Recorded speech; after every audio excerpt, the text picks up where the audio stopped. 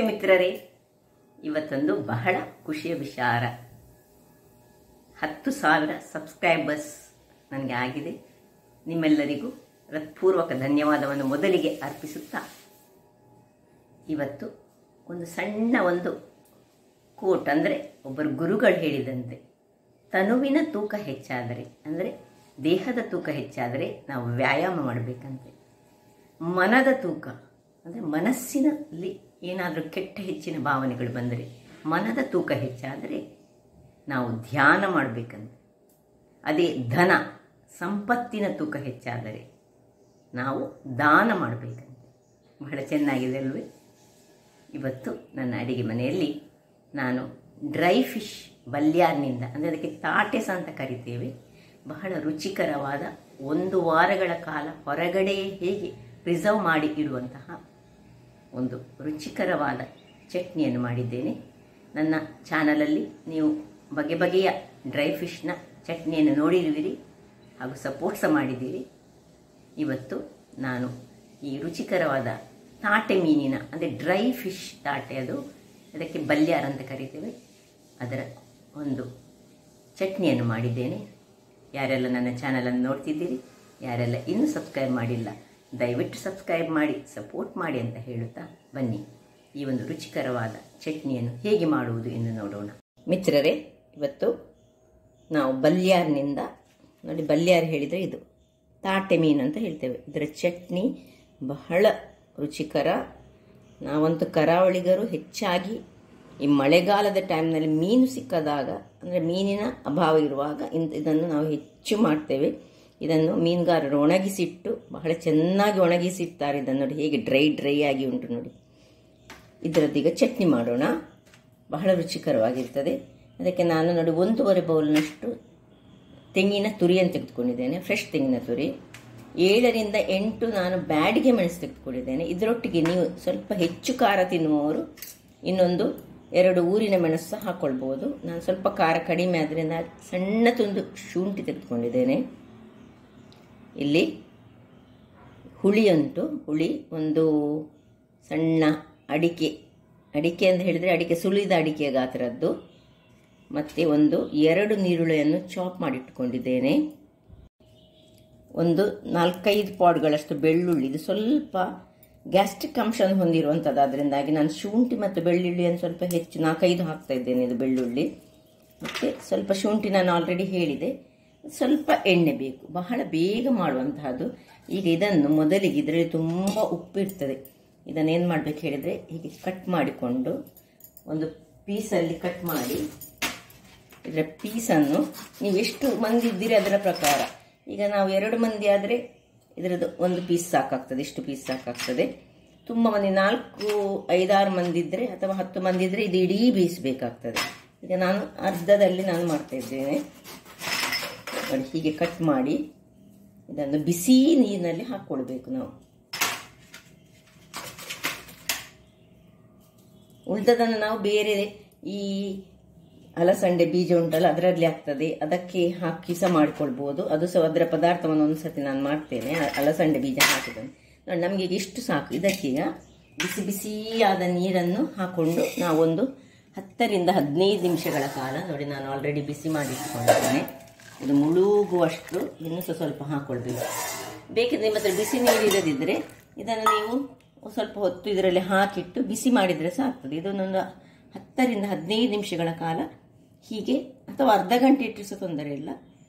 ಅಥವಾ ನಿಮಗೆ ಬೇಗ ಆಗಬೇಕಂತ ಇದ್ದರೆ ಇದನ್ನು ಹೀಗೆ ಇಟ್ಟು ಇದರಲ್ಲಿ ಗ್ಯಾಸ್ನಲ್ಲಿ ಸ್ವಲ್ಪ ಹೊತ್ತು ಒಂದು 10 ನಿಮಿಷ ಬೇಯಿಸ್ಕೊಳ್ಳಿ. ನಾನು ಬೇಯಿಸ್ಕೊಳ್ತಾ ಇಲ್ಲ, ನಾನೀಗ ನೋಡಿ ನಾನು ನಿಮಗೆ ಒಂದು ಹೇಳಿಕೊಟ್ಟದ್ದು ಬೇಗ ಆಗಬೇಕಾದ್ರೆ. ನಾನು ಸ್ವಲ್ಪ ಇದನ್ನು ಹೀಗೆ ಇಟ್ಟು ಒಂದು 10-15 ನಿಮಿಷಗಳ ಕಾಲ ಇದರಲ್ಲಿ ಇಟ್ಟುಕೊಂಡು ಅದರ ನಂತರ ನಾನು ಇದರ ಚಟ್ನಿಯನ್ನು ಮಾಡ್ತೇನೆ. ಇದು ಇಲ್ಲಿ ನೆನೀತಾ ಇರುವಾಗ ನಾವು ಇಲ್ಲಿ ಚಟ್ನಿಗೊಂದು ರೆಡಿ ಮಾಡಿಕೊಳ್ಳೋಣ. ನೋಡಿ, ಇದಕ್ಕೆ ಮೊದಲಿಗೆ ನಾವು ಈ ಮೆಣಸನ್ನು ಸ್ವಲ್ಪ ಪೌಡರ್ ಮಾಡಿಕೊಳ್ಳೋಣ. ಒಂದು 8 ಮೆಣಸು ತೆಗೆದುಕೊಂಡಿದ್ದೇನೆ ನಾನು. ನೀವು ಬೇಕಿದ್ರೆ ಸ್ವಲ್ಪ ಹೆಚ್ಚು ಸಹ ತೆಗೆದುಕೊಳ್ಬೋದು ಅಥವಾ ಕಡಿಮೆ ಸಹ ತೆಗೆದುಕೊಳ್ಬೋದು, ನಿಮಗೆ ಬೇಕಿದ್ದದ್ದು ಖಾರ ನಿಮಗೆ ಬೇಕಿದೆ. ಈಗ ಸುರಿಗೆ ಇದನ್ನು ಪೌಡರ್ ಮಾಡ್ತೇನೆ. ನೋಡಿ, ಇಷ್ಟು ಪೌಡರ್ ಆಯಿತು. ಇನ್ನು ಈಗ ಇದಕ್ಕೆ ನಾವು ಸಣ್ಣ ತುಂಡು ಶುಂಠಿ ಹಾಕೊಳ್ತಿದ್ದೇನೆ ನಾನು. 4-5 ಬೆಳ್ಳುಳ್ಳಿಯನ್ನು ಹಾಕ್ಕೊಳ್ತಿದ್ದೇನೆ. ಸ್ವಲ್ಪ ಹುಳಿಯನ್ನು ಹಾಕ್ಕೊಳ್ತಿದ್ದೇನೆ. ಇನ್ನು ಬಿಸಿ ತಣ್ಣಗಾದ ನೀರನ್ನು ಹಾಕ್ಕೊಂಡು ಇದರದೊಂದು ಚಟ್ನಿಯನ್ನು ರೆಡಿ ಮಾಡ್ತಾ ಇದ್ದೇನೆ. ವೀಕ್ಷಕ, ಸ್ವಲ್ಪ ನೀರು ಹಾಕ್ಕೊಂಡು ನಾನು ಮಾಡಿಕೊಂಡದ್ದು ನೋಡಿ ಇಷ್ಟ ಆಗುವಾಗ.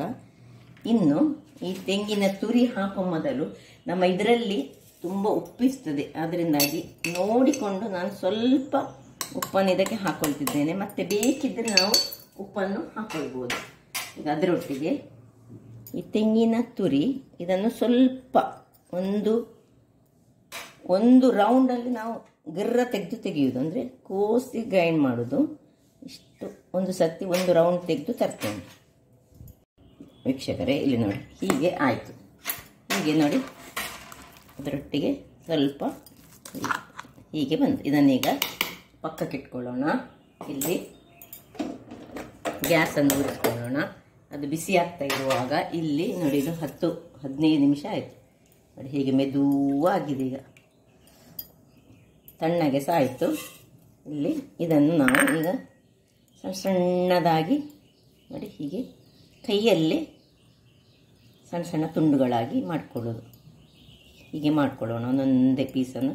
ನೀವು ಮಾಡಲಿಕ್ಕೆ ಆಗದಿದ್ದರೆ ನೋಡಿ ಹೀಗೆ ಬರ್ತದೆ ಅದು. ಹೀಗೆ ತುಂಬ ಸಣ್ಣದು ಮಾಡಬೇಡಿ, ಸ್ವಲ್ಪ ಬಾಯಲ್ಲಿ ಸಿಕ್ಕುವಾಗೆ ನೋಡಿ ಹೀಗೆ ಉದ್ದ ಬೇಕು ನಮಗೆ. ಇದು ಸಿಪ್ಪೆ ಹಾಕ್ಕೊಳ್ಬಾರ್ದು, ಸಿಪ್ಪೆಯನ್ನು ನೋಡಿ ತೆಗಿಬೇಕು. ಖಾಲಿ ಇಷ್ಟನ್ನು ಮಾತ್ರ ನಾವು ಮಾಡಬೇಕು. ನೋಡಿ ಎಲ್ಲ ತೆಗೆದಾಯಿತು. ಇದನ್ನು ಸೈಡಲ್ಲಿ ಇಟ್ಕೊಳ್ಳೋಣ. ಈಗ ಇಲ್ಲಿ ನಮ್ಮ ಮಡಿಕೆ ಸಹ ಬಿಸಿಯಾಗಿದೆ.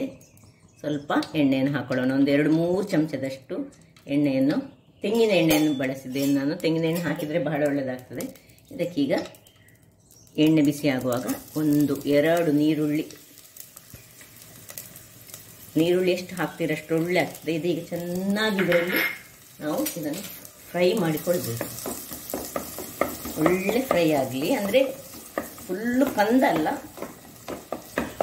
ಸಾಧಾರಣ ಹದಾದಲ್ಲಿ ನಾನು ಹೇಳ್ತೇನೆ ಎಷ್ಟು ಫ್ರೈ ಆಗಬೇಕಂತ. ನೋಡಿ ಆಗ್ತಾ ಇರಲಿ. ಈಗ ಇಷ್ಟು ಫ್ರೈ ಆಗುವಾಗ ನೋಡಿ ಫುಲ್ ಫ್ರೈ ಆಗಲಿಲ್ಲ ಅದು. ನಾನು ಸ್ವಲ್ಪ ಕರಿಬೇವಿನ ಸೊಪ್ಪು ಹಾಕ್ಕೊಳ್ತಿದ್ದೇನೆ. ಸ್ವಲ್ಪ ಡ್ರೈ ಆಗಿದ್ದರೆ ಕರಿಬೇವಿನ ಸೊಪ್ಪು ಒಳ್ಳೆ ಆಗ್ತದೆ. ಚಟ್ನಿಯನ್ನು ನಾವು 1 ವಾರಗಳ ಕಾಲ ಸಹ ನಾವು ಇಟ್ಟರೆ ಏನಾಗೋದಿಲ್ಲ, ಹೊರಗೆ ಸಹ ಇಟ್ಟುಕೊಳ್ಬೋದು. ಅಷ್ಟು ಚೆನ್ನಾಗಿ ಈಗ ನಾನು ಮಾಡಿ ತೋರಿಸ್ತೇನೆ ಹೇಗೆ ಅಂತ ನೋಡಿ. ಇದು ಚೆನ್ನಾಗಿ ಈ ಆನಿಯನ್ ಒಂದು ಚೆನ್ನಾಗಿ ಫ್ರೈ ಆಗಬೇಕು. ವೀಕ್ಷಕರೇ, ಇಷ್ಟು ಫ್ರೈ ಆಗುವಾಗ ನೋಡಿ ನೀವೆಣಿಸಿರು, ಇದು ಸ್ವಲ್ಪ ಇದು ಸಣ್ಣ ಪೀಸ್ಗಳು ಅದರಲ್ಲಿ ಸಿಕ್ಕುವಾಗ ನೋಡಿ ಇಷ್ಟಿಷ್ಟು ದೊಡ್ಡದಿದ್ದರೆ ಇದನ್ನು ಹೀಗೆ ಕಟ್ ಮಾಡಿಕೊಳ್ಬೇಕು. ಇದರೊಳಗೆ ಹಾಕ್ಕೊಳ್ಳೋಣ. ಎಲ್ಲ ಪೀಸ್ಗಳನ್ನು ಹೀಗೆ ನಾವು ಸಣ್ಣದಾಗಿ ಮಾಡಿಕೊಂಡು, ಸ್ವಲ್ಪ ದೊಡ್ಡದಿದ್ದರೆ ಸಣ್ಣದು ಮಾಡಿಕೊಳ್ಳಿ. ಇದರಲ್ಲಿ ಈಗ ಸ್ವಲ್ಪ ಉರಿ ಸ್ವಲ್ಪ ದೊಡ್ಡದಿರಲಿ. ಹೀಗೆ ಚೆನ್ನಾಗಿ ಹಾಕೊಳ್ಳೋಣ.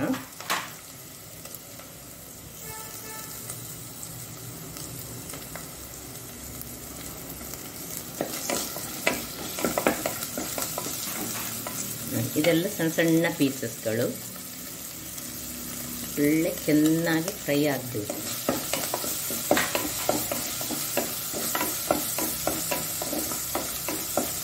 ಕ್ರಿಸ್ಪಿ ಆಗೋ ತನಕ ನಾವು ಫ್ರೈ ಮಾಡ್ಕೊಳ್ಳೋಣ.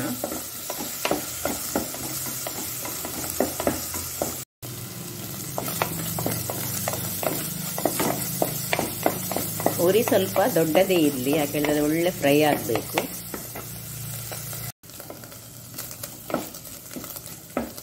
ಈ ಡ್ರೈ ಫಿಶ್ ಇದರಲ್ಲಿ ಒಳ್ಳೆ ಫ್ರೈ ಆಯ್ತು ನೋಡಿ. ಆನಿಯನ್ ಒಟ್ಟಿಗೆ ಅದು ಒಳ್ಳೆಯಾಗಿ ಮಿಕ್ಸ್ ಆಗುವಾಗ ನಾವು ಮಾಡಿಟ್ಕೊಂಡಂತಹ ಚಟ್ನಿಯನ್ನು ಸಹ ಇದರಲ್ಲಿ ಹಾಕೊಳ್ಳೋಣ.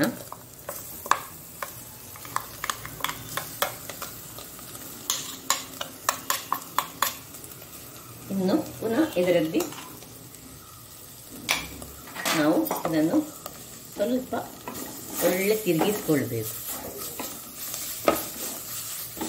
ಈ ಹೊತ್ತಿನಲ್ಲಿ 1 ಚಮಚದಷ್ಟು ಎಣ್ಣೆಯನ್ನು ಇದರಲ್ಲಿ ಹಾಕೊಳ್ತಿದ್ದೇನೆ.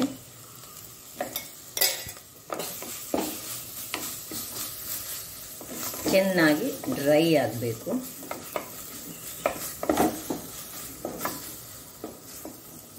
ಹೀಗೆ ಸ್ವಲ್ಪ ಹೊತ್ತು ಹದ ಉರಿಯಲ್ಲಿ 1 ನಿಮಿಷ ಬಿಟ್ಕೊಳ್ಳೋಣ. ವೀಕ್ಷಕರೇ ನೋಡಿ, ಇದರಲ್ಲಿ ಒಳ್ಳೆ ಇದು ಡ್ರೈ ಆಯಿತು.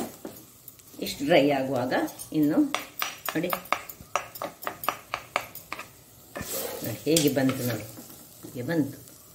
ಇದರಲ್ಲೆಲ್ಲ ಮಿಕ್ಸ್ ಆಯಿತು. ಈ ಹೊತ್ತಿನಲ್ಲಿ ನೀವು ನೋಡಿಕೊಳ್ಳಿ, ಉಪ್ಪು ಕರೆಕ್ಟ್ ಉಂಟ ನೋಡಿ. ನಾವು ಸ್ವಲ್ಪ ಉಪ್ಪು ಹಾಕ್ಕೊಂಡದು ಕರೆಕ್ಟ್ ಉಂಟು. ಯಾಕೆ ಹೇಳಿದರೆ ಬಲ್ಯಾರ ಮೀನಿನಲ್ಲಿ ಆ ಡ್ರೈ ಫಿಶಲ್ಲೇ ಸ್ವಲ್ಪ ಉಪ್ಪು ಇರ್ತದೆ. ಅದರಿಂದಾಗಿ ಬಹಳ ಬಹಳ ಚೆನ್ನಾಗಿ ಬಂದಿದೆ. ಇದು ಕೋಳಿ ಸುಕ್ಕ ಮತ್ತು ಇದು ನಮ್ಮನೆ ಬಲ್ಯಾರ ಚಟ್ನಿ ಅದಕ್ಕೆ ಸರಿ ಸಮಾನ ಅಂತ ನಾವು ಹೇಳ್ಬೋದು. ಸಾಕು, ಆಫ್ ಮಾಡ್ಕೊಳ್ತಿದ್ದೇನೆ. ಇನ್ನು ಸರ್ವಿಂಗ್ ಟೈಮ್ ನೋಡಿ ಹೇಗೆ ಬಂದಿದೆ ನೋಡಿ.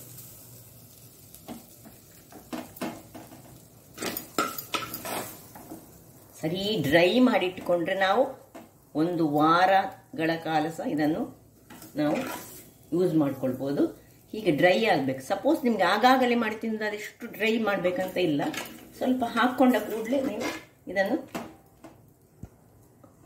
ಮಿಕ್ಸ್ ಮಾಡಿಕೊಂಡು ತೆಗಿಬೋದು. ಇದೀಗ ನಾನು ಸ್ವಲ್ಪ ಇಡ್ತೇನೆ. ಆದ್ದರಿಂದಾಗಿ ಕೆಲವರು ಇಡುವವರಿದ್ದಾರಲ್ಲ, ಅಂಥವರಿಗೆ 1 ವಾರಗಳ ಕಾಲ ಇಟ್ಟು ಸ್ವಲ್ಪ ಚಟ್ನಿ ಯೂಸ್ ಮಾಡೋದಾದರೆ ನಡುವಿನಲ್ಲಿ ಸೈಡ್ ಡಿಶ್ ಆಗಿ ಸಹ ನಾವು ಗಂಜಿಯೊಟ್ಟಿಗೆ ಅಂತೂ ಹೇಳಿ ಮಾಡಿಸಿದಂಥದ್ದು.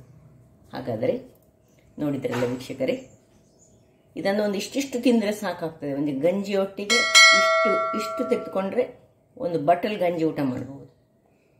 ನೋಡಿದ್ರಲ್ಲ ವೀಕ್ಷಕರೇ, ಬಹಳ ಸುಲಭ ವಿಧಾನದಲ್ಲಿ ಒಂದು ಡ್ರೈ ಫಿಶ್, ಅದು ಸಹ ಬಲ್ಯಾರ, ಇದಕ್ಕೆ ತಾಟೆ ಮೀನು ಸಹ ಹೇಳ್ತಾರೆ. ಇದರ ಒಂದು ಚಟ್ನಿಯನ್ನು ನಾನು ಮಾಡಿದ್ದೇನೆ. ಬಹಳ ರುಚಿಕರವಾಗಿರ್ತದೆ. ನೀವು ಇದನ್ನು ಟ್ರೈ ಮಾಡಿ ಅಂತ ಹೇಳುತ್ತಾ, ನನ್ನ ಈ ಕುಕಿಂಗ್ ಚಾನಲ್ ನಿಮಗೆ ಇಷ್ಟ ಆದರೆ ಬೋಳೂರು ಸುವರ್ಣ ಚಾನಲನ್ನು ಲೈಕ್ ಮಾಡಿ, ಶೇರ್ ಮಾಡಿ ಹಾಗೂ ಸಬ್ಸ್ಕ್ರೈಬ್ ಮಾಡಿ ಹಾಗೂ ನನ್ನ ಇನ್ಸ್ಟಾಗ್ರಾಮ್ ಪೇಜನ್ನು ಫಾಲೋ ಮಾಡಿ. ಧನ್ಯವಾದಗಳು.